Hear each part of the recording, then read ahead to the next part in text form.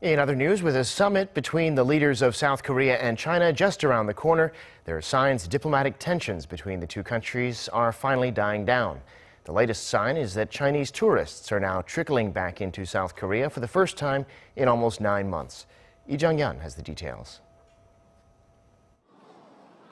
On Saturday, December 2nd, a group of 32 Chinese tourists entered South Korea on a package tour.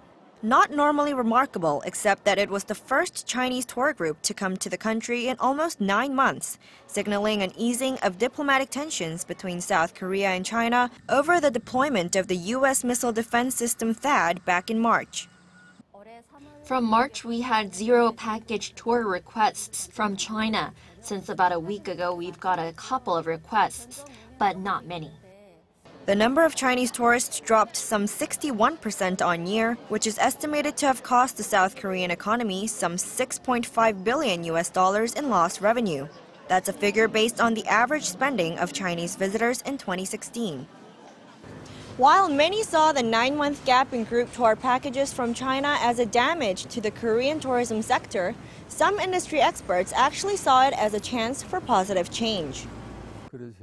Since 2013, China had outpaced Japan to become the main source of visitors to South Korea, but most of them were on what we call package dumping tours, which are shallow, low-quality tours at low prices.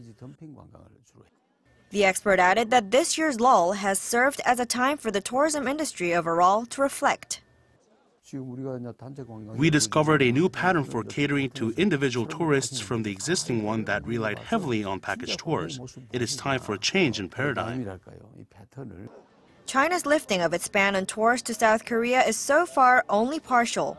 Package tours can only be bought over the counter in Beijing and Shandong province, and customers cannot buy any travel-related products from Lotte Group, the company that provided the land in South Korea for the missile system.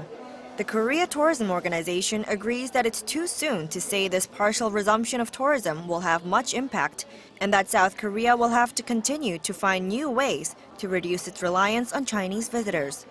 Jeong-yeon, Arirang News.